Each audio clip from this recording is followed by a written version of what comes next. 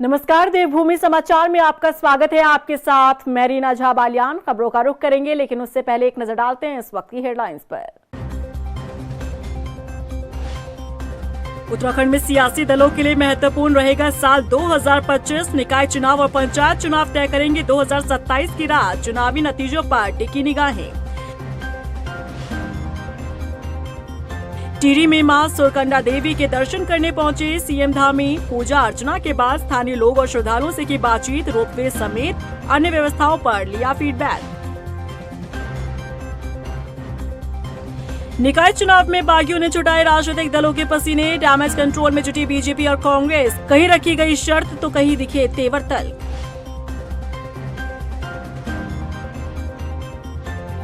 और कांग्रेस प्रत्याशी के नॉमिनेशन रद्द होने पर भड़के कांग्रेसी। बीजेपी को कोर्ट जाने की दी धमकी। प्रीतम सिंह और धस्माना बोले, छोटी सरकार के लिए बीजेपी अपना रही हथकंडे। चलिए बुलेटिन की शुरुआत कर लेते हैं।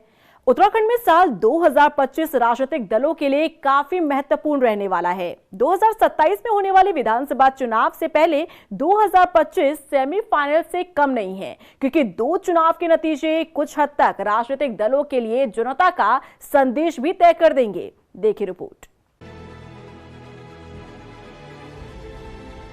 साल 2025 का आगाज हो चला है, तो वहीं उत्तराखंड के राजनीतिक दलों के लिए साल 2025 काफी महत्वपूर्ण रहने वाला है। निकाय चुनाव परिणामों पर भी सभी की नजरें टिकी है। शहर की जनता का जनादेश किसके साथ है, तो वहीं ग्रामीण क्षेत्र की जनता का जनादेश भी इस साल पंचायत चुनाव में सबके सामने आ जाएगा।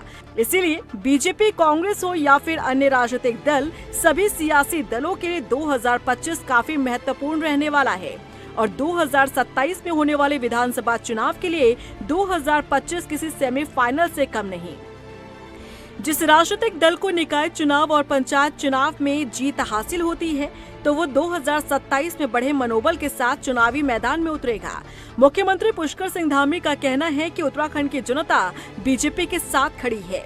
2022 में मिथक को तोड़ने में भी उत्तराखंड की जनता ने बीजेपी का साथ दिया। निकाय चुनाव और पंचायत चुनाव में भी उत्तराखंड की जनता बीजेपी के साथ खड़ी है। उत्तराखंड की जनता ने हमेशा, चाहे देश की सरकार बनानी हो, माननीय प्रधानमंत्री मोदी जी को प्रधानमंत्री बनाने के लिए 5 की 5 लोकसभा की सीटें यहाँ से जिताई थी, अपना आशीर्वाद दिया था। और विधानसभा के चुनाव में भी एक बार फिर से भारतीय जनता पार्टी की सरकार बनाई। और एक मिथक और एक परिपाटी थी कि हर बार सरकार बदलती है चुनाव में, वो परिपाटी और वो मिथक टूटा है, बदला है और भाजपा की सरकार बनी है, डबल इंजन की सरकार है। और निकायों में भी निश्चित रूप से उत्तराखंड के लोग भारतीय जनता पार्टी की सरकार बनाएंगे, जिससे कि तीनों इंजन तेज गति से उत्तराखंड को विकास की ओर आगे बढ़ाएंगे। कोई चुनौती नहीं होती, हमारे बाहर चुनाव के तैयार रहते हैं और हम हर चुनाव में अच्छा परिणाम निकले, इसके लिए कार्यकर्ता काम पे लगा रहता है। इस बीच हमने अपनी सारी चुनाव प्रबंधन की टोली बना दी है। नगर पालिकाओं के लिए भी हमारी टीमें बन चुकी हैं। बड़ी संख्या में कार्यकर्ता जो असंतुष्ट है उनको काम पे लगा दिया गया है। तो मैं कह सकता हूँ पद्धति के आधार पर आगामी दिनों में पंचायत का चुनाव होगा, उस दिशा में हमारे जैसी 20 तारीख बाद पंचायत के चुनाव की तैयारी में जुट जाएंगे।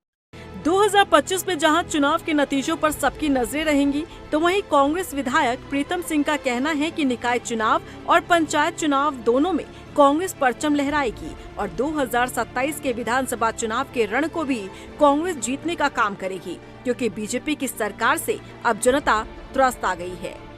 देखिए, आपने सही बात कही कि निकाय चुनाव भी है, उसके बाद पंचायत चुनाव भी है, महत्वपूर्ण है। और कांग्रेस हर चुनाव को जो है पूरी गंभीरता के साथ लेती है।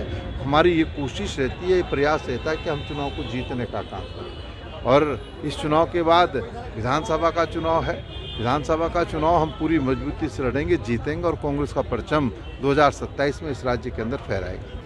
निकाय चुनाव को लेकर जहां सभी राजनीतिक दल अब पसीना बहाते नजर आ रहे हैं, ऐसे में देखना होगा कि आखिर ये साल 2025 किस सियासी दल के लिए फायदेमंद साबित होता है। वहीं टिहरी जनपद स्थित सुरकंडा देवी मंदिर में सीएम धामी पूजा अर्चना करने पहुंचे। इस दौरान मुख्यमंत्री धामी ने पूजा अर्चना कर मां देवी का आशीर्वाद लिया, जिसके बाद सीएम धामी ने स्थानीय लोग और श्रद्धालुओं से बातचीत कर रोपवे समेत अन्य व्यवस्थाओं पर फीडबैक भी लिया। निकाय चुनाव में टिकट न मिलने से नाराज नेताओं की नाराजगी दूर करने की कोशिश में बीजेपी और कांग्रेस दोनों ही दल जुटे नजर आ रहे हैं। नेताओं की बगावत पार्टी पर भारी ना पड़ जाए, इससे पहले खफा नेताओं को मनाने की कसरत जारी है। ये रिपोर्ट देखिए।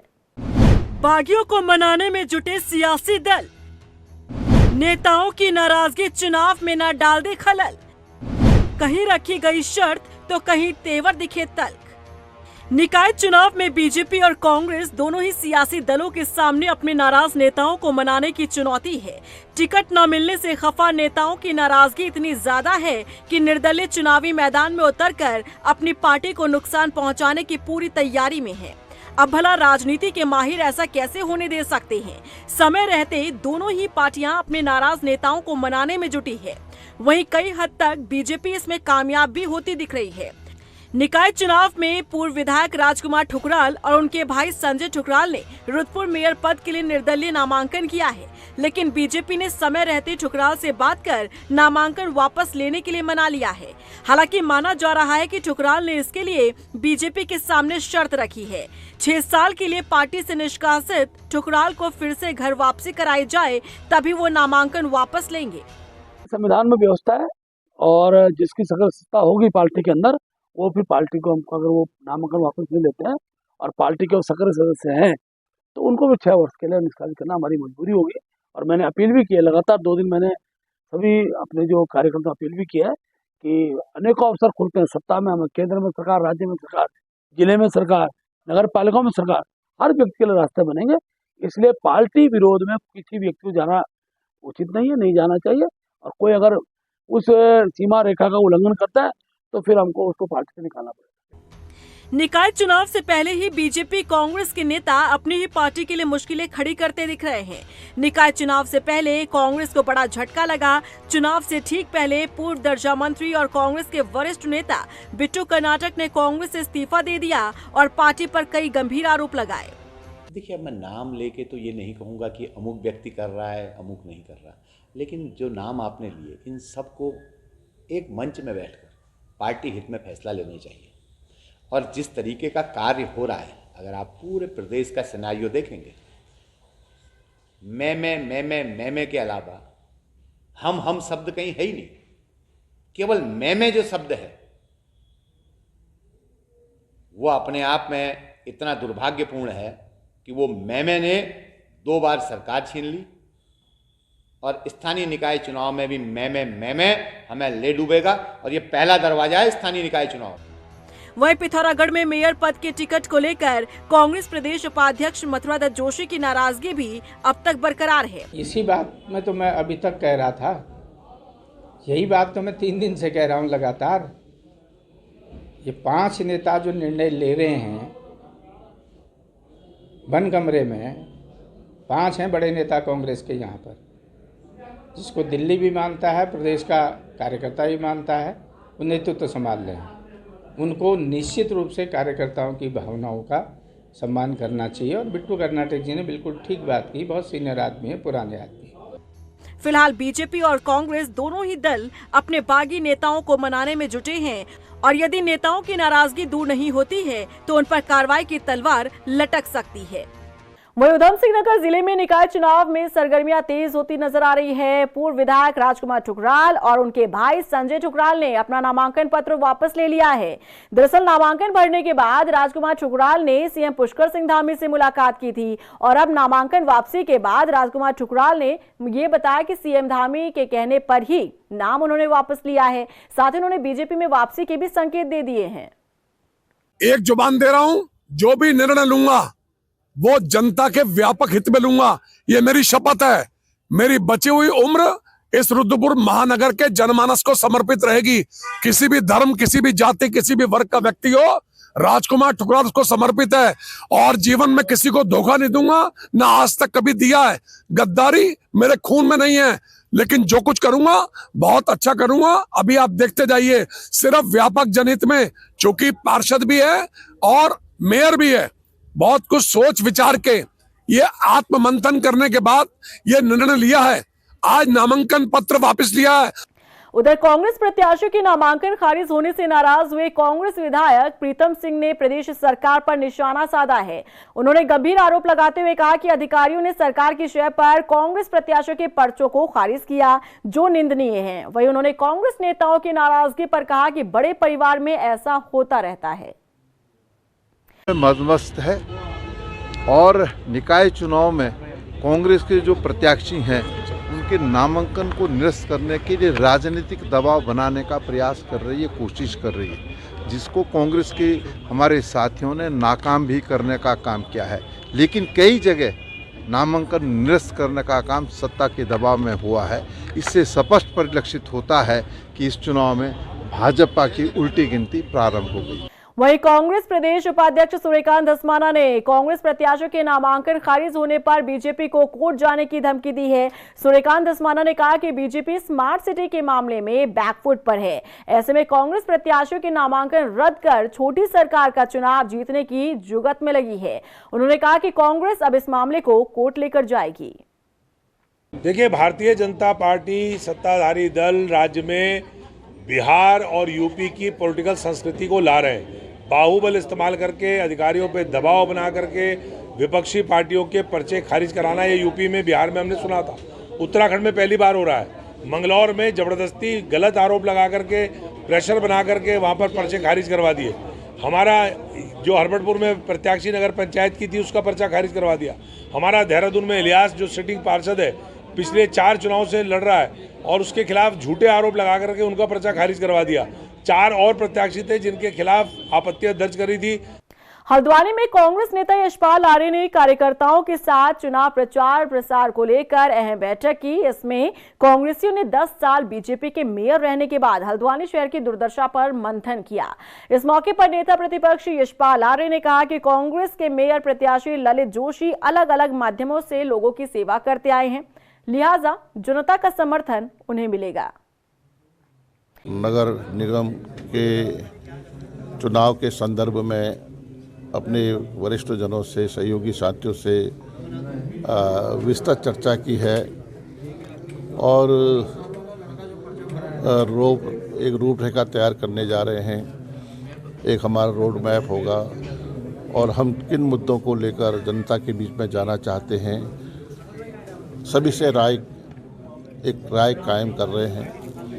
प्रबंधन और चुनाव प्रचार प्रसार के बारे में भी संवाद किया गया है।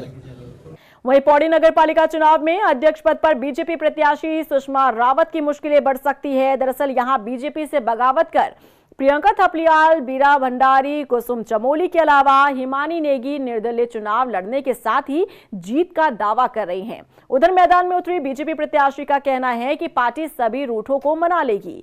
वहीं कांग्रेस प्रत्याशी का कहना है कि जनता उनके साथ है। वो हमारे ही परिवार के लोग हैं, ऐसा नहीं है। अभी तो आज स्कूटनी है ना, अभी तो कल का दिन है, परसों का दिन है। वो घर का भूला सुबह का भूला शाम को घर आ जाए तो उसे भूला नहीं कहती।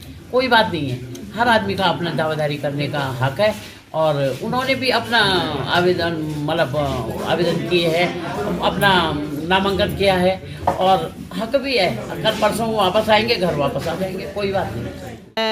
यही कहती हूँ कि शीर्ष नेतृत्व रहे, चाहे वो उत्तराखंड के मुख्यमंत्री जी हो, चाहे मंत्री जी हो, विधायक जी हो, शायद उन्होंने मेरे पे जो है विश्वास न जताया हो। मैं एक भारतीय जनता पार्टी की सिपाही और 1994 से मैं हमेशा इस पार्टी को मैंने अपने बच्चों की तरह सींचा है और आज जो है उन्होंने मुझे कहीं ना कहीं दरकिनार किया है।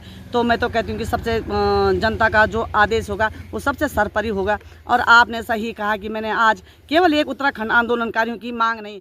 बाजपुर में चेयरमैन प्रत्याशी गौरव शर्मा के समर्थन में बीजेपी ने एकजुट होकर पार्टी कार्यालय का शुभारंभ किया। इस मौके पर चुनाव प्रभारी गोपाल रावत ने पार्टी के कार्यकर्ताओं से बीजेपी प्रत्याशी के समर्थन में प्रचार प्रसार का आह्वान किया। आज हमारा कार्यालय का विधिवत उद्घाटन हो गया है और कार्यालय से हमारा संचालन होगा पूरे चुनाव का। हम बूथों में जाएंगे, घर घर जाएंगे। बहुत अच्छा माहौल है। हमारी भारतीय पार्टी देश में भारतीय जनता पार्टी की सरकार है, हमारे लिए प्रदेश में भारतीय जनता पार्टी की सरकार है और ये मेरा परम सौभाग्य है कि एक पार्टी का कार्यकर्ता, भारतीय पार्टी का कार्यकर्ता भी ये सोच सकता है कि वो चेयरमैनी यानी कि एक जिम्मेदारी के ऊपर से लेकर नीचे तक काम करने के लिए, जब माननीय मोदी जी और धामी जी ने काम करने का नीचे तक धरातल तक काम सोचा है कि अंत्योदय तक काम हो, अंतिम छोर तक काम हो, तो उन्होंने अपने एक छोटे से कार्यकर्ता को यहाँ लगाया, नौजवान को लगाया है। वहीं रुड़की के सिविल लाइन बाजार में बीजेपी की मेयर पद प्रत्याशी अनीता देवी ने चुनाव कार्यालय का उद्घाटन किया। इस मौके पर उन्होंने क्षेत्र की जनता से विकास कार्यों को बढ़ावा देने का वादा किया। बीजेपी प्रत्याशी अनीता देवी की माने तो क्षेत्र में जलभराव सबसे बड़ी समस्या है, जिसके निस्तारण पर वो काम करेंगी और इसके अलावा नारी सुरक्षा पर भी जोर देंगी। और मैं देश के लिए, जनता के लिए, सबके लिए विकास करना चाहूंगी। मेरा मकसद यही है। क्या समस्या है शहर की? शहर की जलभराव है। कहाँ है जलभराव? चारों तरफ सभी जगह है। और क्या नाम है, जहाँ आपका आवास है वहाँ भी जलभराव होता है? सिविल है जी। जहाँ आपका आवास है वहाँ भी जलभराव होता है? हाँ जी, चारों तरफ है हमारे। निकाय चुनाव में देहरादून नगर निगम के प्रत्याशियों के नामांकन पत्रों की जांच पूरी की जा चुकी है। 2 दिन चली इस प्रक्रिया में मेयर प्रत्याशी के रूप में नामांकन कराने वाले सभी उम्मीदवारों के नामांकन पत्र सही पाए गए, लिहाजा सभी मैदान में डटे हुए हैं। वहीं पार्षद पदों पर कांग्रेस प्रत्याशी सहित 4 के नामांकन निरस्त किए गए। अब देहरादून नगर निगम के 100 वार्डों में 426 प्रत्याशी मैदान में हैं। हमें कुल 16 नामांकन पत्र प्राप्त हुए थे, जिसमें कि प्रत्याशी कुल 11 थे।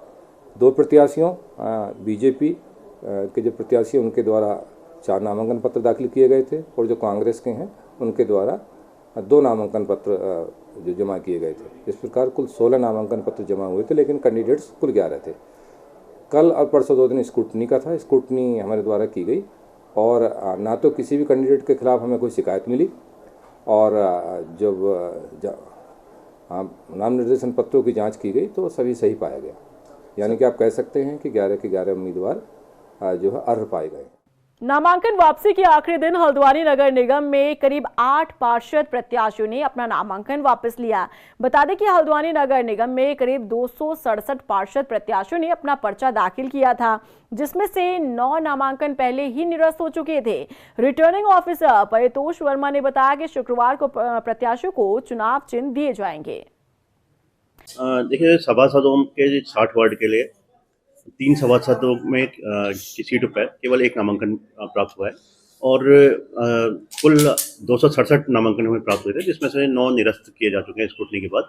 और आज नाम वापसी का आखिरी तिथि है। अभी नाम वापसी की कार्रवाई जारी है और करीबन 8 कैंडिडेटों द्वारा नाम वापस ले लिए गए। कल सिंबल अलॉटमेंट की तिथि है और कल ही कैंडिडेट जो विद्यमान कैंडिडेट होंगे उनकी सूची भी जारी कर दी जाएगी और सिंबल भी अलॉटमेंट कर दिए जाएंगे। उधर चक्राता घूमने आए पर्यटकों की कार 100 मीटर गहरी खाई में जा गिरी। इस हादसे में 4 महीने के 2 मासूम समेत 8 लोग घायल हो गए। वहीं सूचना के बाद मौके पर पहुंची एसडीआरएफ की टीम ने रेस्क्यू कर घायलों को अस्पताल पर पहुंचाया। बता दें कि पर्यटक हरियाणा से चक्राता घूमने आए थे। उधर हल्द्वानी में लगातार मारपीट की घटनाएं सामने आ रही है। ताजा मामला मुखानी क्षेत्र से सामने आया, जहां वाइन शॉप के बाहर कुछ लोग हाथापाई करते नजर आए। बताया जा रहा है कि मामूली कहासुनी में 2 पक्ष आपस में भिड़ गए। हालांकि पुलिस मामले में जांच कर रही है। और इसी के साथ फिलहाल इस बुलेटिन में बस इतना ही, लेकिन चलते चलते एक नजर डालते हैं इस वक्त की हेडलाइंस पर। उत्तराखंड में सियासी दलों के लिए महत्वपूर्ण रहेगा साल 2025। निकाय चुनाव और पंचायत चुनाव तय करेंगे 2027 की राह। चुनावी नतीजों पर टिकी निगाहें। टिहरी में मां सुरकंडा देवी के दर्शन करने पहुंचे सीएम धामी। पूजा अर्चना के बाद स्थानीय लोग और श्रद्धालुओं से की बातचीत। रोपवे समेत अन्य व्यवस्थाओं पर लिया फीडबैक। निकाय चुनाव में बागियों ने छुटाए राजनीतिक दलों के पसीने। डैमेज कंट्रोल में जुटी बीजेपी और कांग्रेस। कहीं रखी गई शर्त तो कहीं दिखे तेवर तल।